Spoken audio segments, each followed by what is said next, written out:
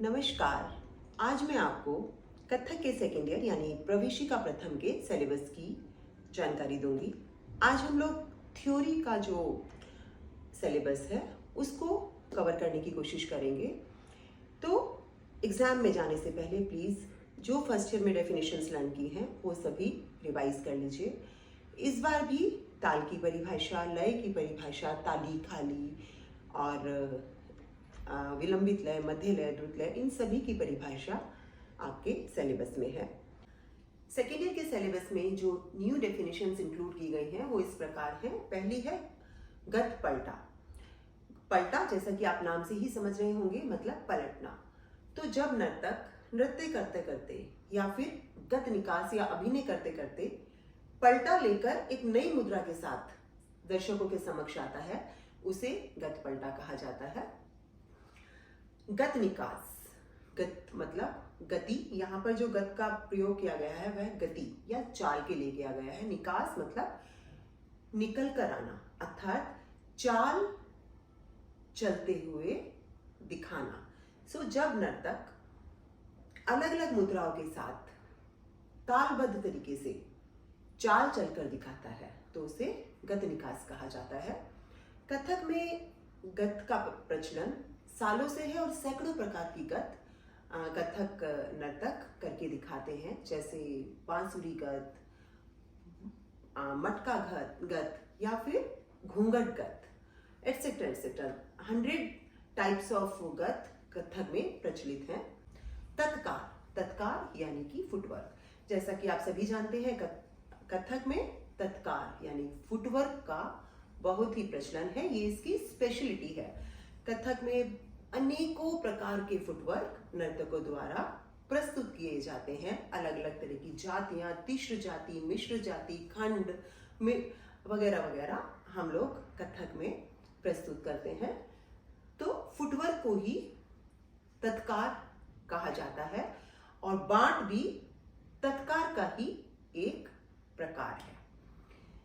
और अब जानते हैं बांट की परिभाषा। बांट जैसे कि नाम से ही ज्ञात होता है मतलब बांटना, डिस्ट्रीब्यूट करना। तो जब कथक में प्रचलित अलग अलग तरह के बोलों के समूहों को अलग अलग प्रकार से बांटकर तालबद्ध रचना के रूप में नर्तक द्वारा फुटवर्क के रूप में प्रस्तुत किया जाता है तो उसे बांट कहा जाता है। इसके बाद 5 कथक गुरुओं के नाम भी सेकेंड ईयर के स्टूडेंट्स को जानकारी होनी चाहिए, जो कि प्रेजेंट में कथक में अपना कंट्रीब्यूशन दे रहे हैं।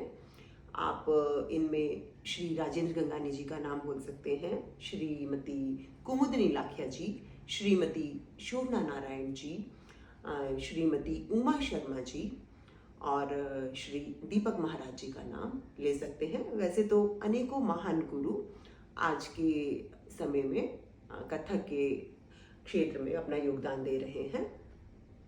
इसके बाद दादरा और कहरवा की जानकारी, ये दोनों ही ताले हैं और इनके बारे में इस प्रकार से मैं आपको जानकारी सिस्टमेटिक तरीके से बताती हूँ। दादरा ताल 6 मात्रा की ताल है। 2 विभाग होते हैं, एक ताली, एक खाली। पहली मात्रा पे ताली और चौथी मात्रा पे खाली होती है। इसको पढ़ने का तरीका इस प्रकार है। इसकी जाति तिश्र जाति है क्योंकि एक विभाग में 3 मात्राएं होती हैं तो जाति इसकी तिश्र है। इसको पढ़ने का तरीका इस प्रकार है। गिनती से पढ़ते हैं पहले 1 2 3 4 5 6 डबल 1 2 3 4 5 6 1 2 3 4 5 6 1 2 3 4 5 6 1 2 3 4 5 6 1 2 3 4 5 6 1 2 3 4 5 6 ता। फिर हम इसको तबले के बोलों से भी पढ़ेंगे। वो इस प्रकार है। धा धी ना, धा ती ना, धा धी ना, धा ती ना, धा धी ना, धा ती ना, धा दी ना, धा ती ना, धा दी ना, धा ती ना, धा दी ना, धा ती ना, धा दी ना, धा ती ना, धा। इसको आप नृत्य के बोलों का प्रयोग कर कर भी बता सकते हैं। नृत्य के बोल मतलब ता थई थई तर, आ थई थई तर। तो उनमें से जो 3 बोल इसके लिए प्रयोग किए जाते हैं वो है ता थई तत आ थे तत। आइए पढ़ते हैं इसे। ता थे तत, आ थे तत, ता थे तत, आ थे तत, ता थे तत, आ थे तत, ता थे तत, आ थे तत, ता थे तत, आ थे तत, ता थे तत, आ थे तत, ता थे तत, आ थे तत, ता। कहरवा की जानकारी। कहरवा 8 मात्रा की ताल है। एक ताली एक खाली होती है, पहली मात्रा पे ताली और 5th मात्रा पे खाली होती है। इसको ज्यादातर गिनती और तबले के बोलों से दिखाया जाता है, क्योंकि 3 ताल की तरह ही इसके जो 8 शब्द हैं वो हम नृत्य के बोलों में ताथे तेतत आथे तेतत का प्रयोग कर सकते हैं। तो गिनती से पहले दिखाते हैं, फिर तबले के बोलों से दिखाएंगे।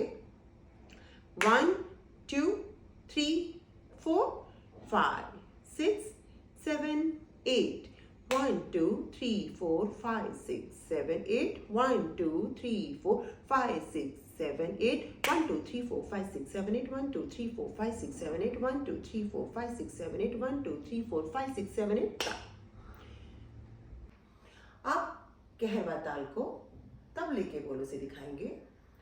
धा गे न धी न क धी न, धा के न धी न क धी न, धा के न धी न क धी न, धागे न धिनक धिन, धागे न धिनक धिन, धागे न धिनक धिन, धागे न धिनक धिन ता।